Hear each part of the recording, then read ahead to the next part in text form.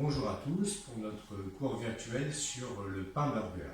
Donc, pour réaliser du pain burger, il nous faut tout d'abord de la farine, 500 g. Alors moi je travaille de la farine avec de la farine d'épeautre. La farine d'épeautre est l'ancêtre du blé, contient un petit peu moins de gluten.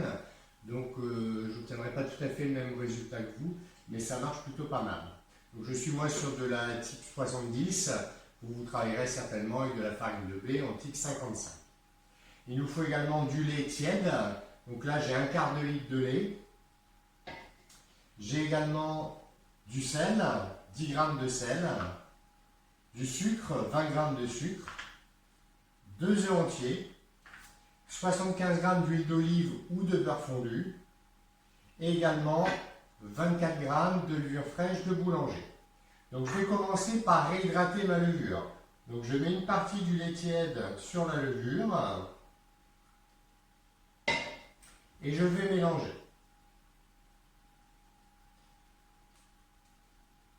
Le lait tiède va permettre d'activer la fermentation.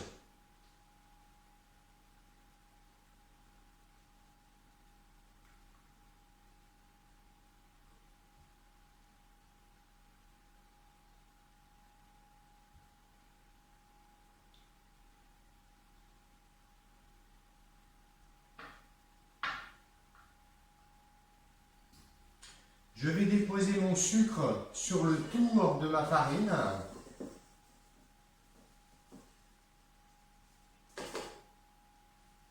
La même chose avec le sel.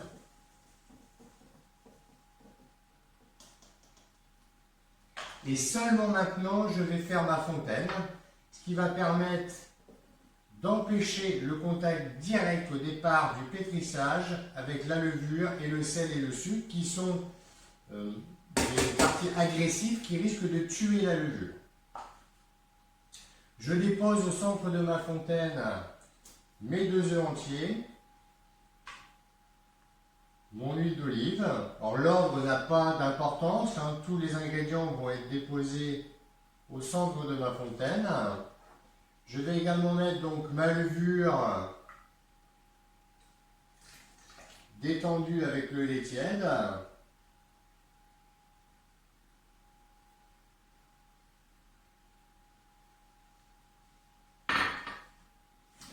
Installer mon batteur. Alors, cette recette, bien sûr, peut être faite à la main sans souci du tout. Hein.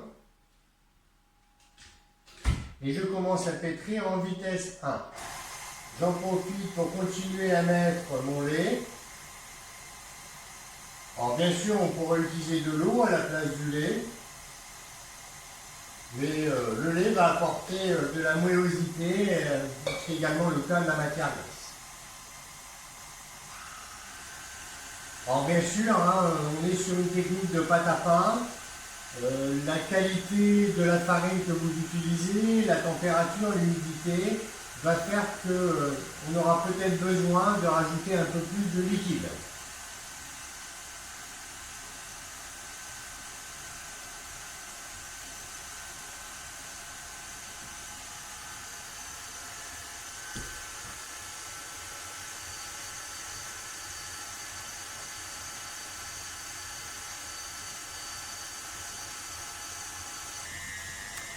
Je passe la vitesse de mon batteur sur la phase numéro 2.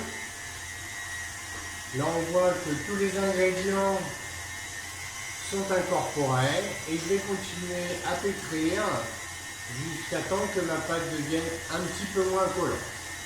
Donc nous restons d'une manière ou d'une autre sur une pâte légèrement collante, type pâte à brioche.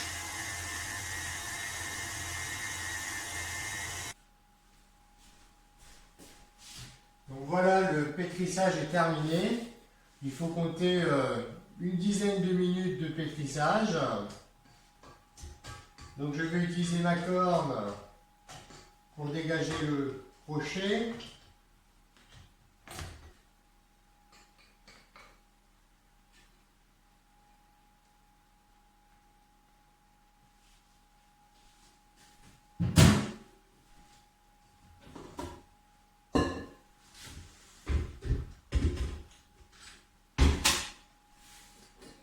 J'ai effleuré mon poste de travail et je vais déposer ma pâte.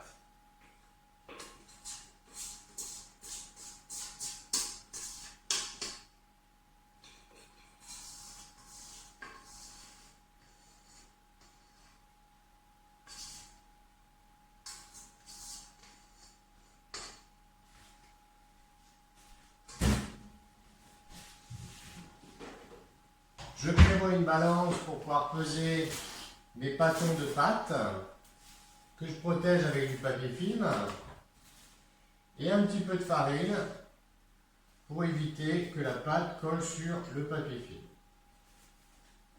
Je vais travailler ma pâte à la corde pour éviter d'avoir trop de pâte collée sur les doigts et on voit que la pâte est collante. Donc l'utilité de bien fleurer son poste de travail est vraiment démontrable. Donc je continue à travailler ma pâte.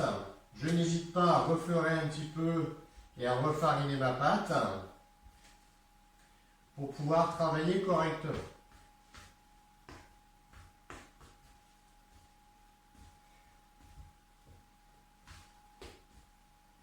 Donc il faut compter à peu près 90 grammes de pâte par personne et donc par burger. Vous pouvez travailler jusqu'à 100-120 grammes si vous voulez vraiment des très très gros burgers, mais le standard se prend entre 80 et 90 grammes.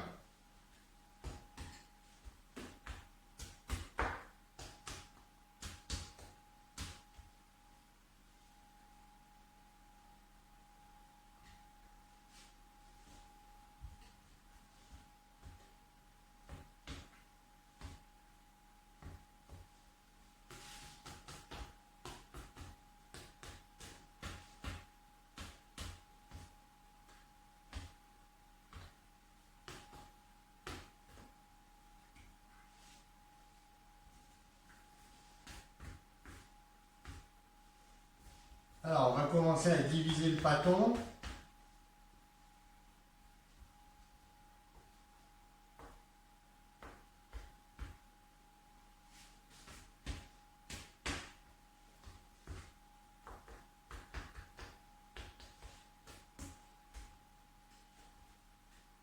Avec 500 g de farine, comme base, vous allez pouvoir réaliser à peu près une petite quinzaine de burgers.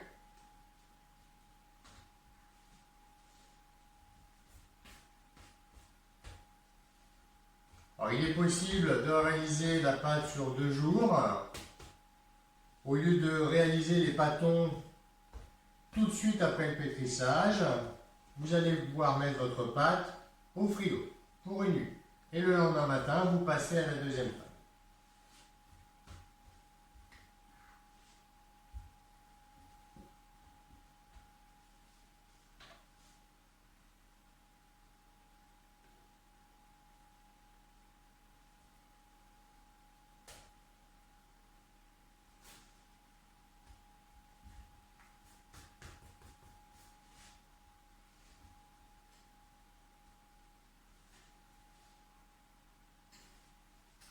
Lorsque j'ai réalisé donc mes pâtons à 90 grammes environ, je vais travailler ma pâte, la replier sur elle-même pour former une petite boule.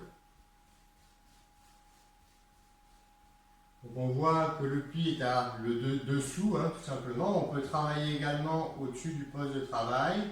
Le but c'est de vraiment tendre la pâte et la rabattre dessous. Lorsque cette boule est terminée, je vais la déposer sur un tapis, pas trop près du bord puisque la pâte va gonfler. Je n'aplatis pas outre mesure ma pâte pour qu'elle garde une forme bien bombée. Donc je replie dessous, j'arrondis mon pâton et je dépose sur mon tapis. Donc après cette étape, nous allons faire pousser la pâte. Moi j'utilise mon four que j'ai réglé à 35 degrés.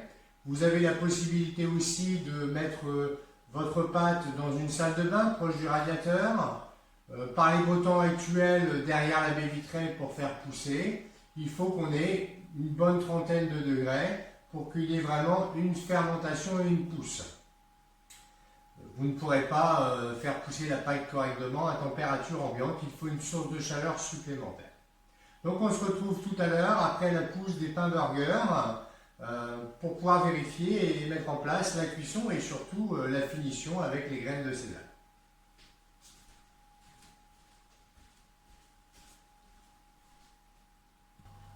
Donc les pains ont été mis en pousse, je suis arrivé à 11 pains de 94 grammes à peu près. Et on est parti pour 1 heure de pousse. Ah, donc vous voyez, mon four est à 34 degrés. Bon, je l'ai mis à 40 pour avoir une homogénéité, mais on ne dépassera pas cette température. Donc nous voici arrivés à 1 heure de pousse. Les petits pains sont bien bombés. Nous allons pouvoir les sortir et passer à la dorure.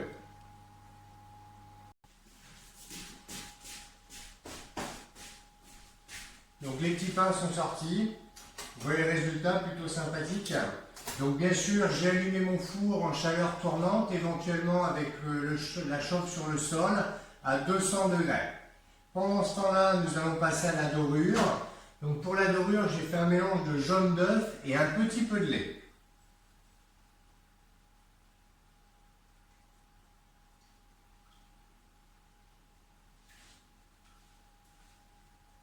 Donc je fais attention, j'applique doucement au pinceau. On évite les coulures. Et surtout, on évite d'appuyer trop fort sur le pinceau pour ne pas écraser la pousse du pain.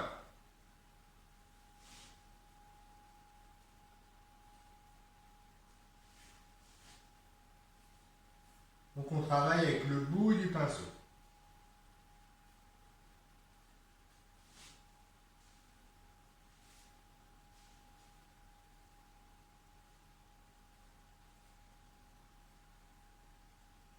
On a une belle fermentation.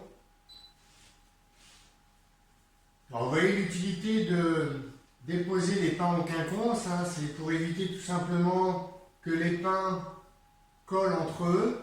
Malgré cela, on se rend compte que quelques pains ont collé un petit peu entre eux. Mais ça se détache relativement facilement après cuisson.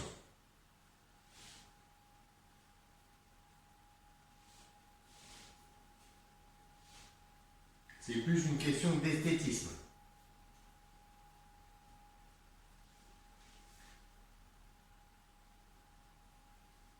Alors, éventuellement, vous pouvez garder à peu près 50 grammes de pâte à pain, de pâte à burger pour utiliser pour faire une brioche nantaise. Ça sera le sujet d'une prochaine vidéo. Donc 50 grammes de pâte à pain que l'on remet au frigo pour le lendemain utiliser pour faire, ou le jour même, pour faire une brioche nantaise. Voilà, j'ai fini ma dorure et je vais utiliser des graines. Alors bien sûr, la traditionnelle graine de sésame que l'on peut utiliser. Alors vous trouvez ça en hypermarché.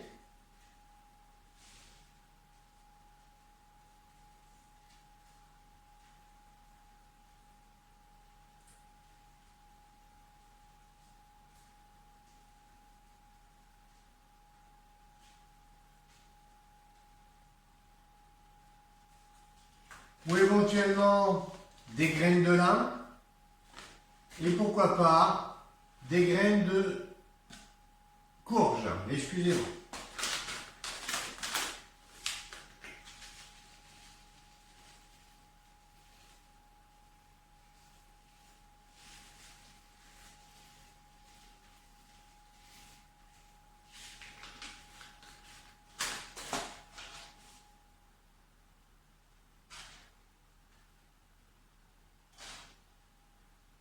Alors, les graines de courge peuvent être aussi revenues à l'huile, légèrement salées. Et ça peut être servi à l'apéritif ou dans les salades. Ça remplace la cacahuète beaucoup plus calorique. Donc voilà, j'ai ma première plaque de pain burger ici avec les graines de sésame et la deuxième avec les graines donc de courge et de lin mélangé.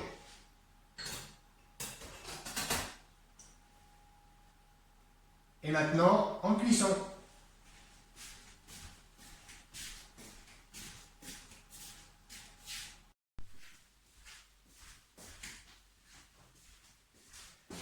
Donc voilà, les pains sont sortis du four. Là on voit un beau bombé sur les pains au sésame. Un petit peu moins de réussite sur ces pains aux graines. Bon, il faut penser que le temps que le four soit en chauffe, on a une petite cassure de la pousse et souvent on a quelques pains qui retombent un petit peu. Donc l'idéal étant quand même de les faire pousser dans une pièce chaude ou devant les fenêtres au soleil, afin que le four soit déjà chaud au moment de la dorure. Ces 5-10 minutes de perdu font que les pains vont descendre un petit peu. Donc voilà, à vous de maintenant de réaliser vos pains burgers, vos burgers maison au poulet ou au bœuf ou au cheval, plein de possibilités. Faites-vous plaisir et j'attends vos photos avec impatience. Bonne journée à tous!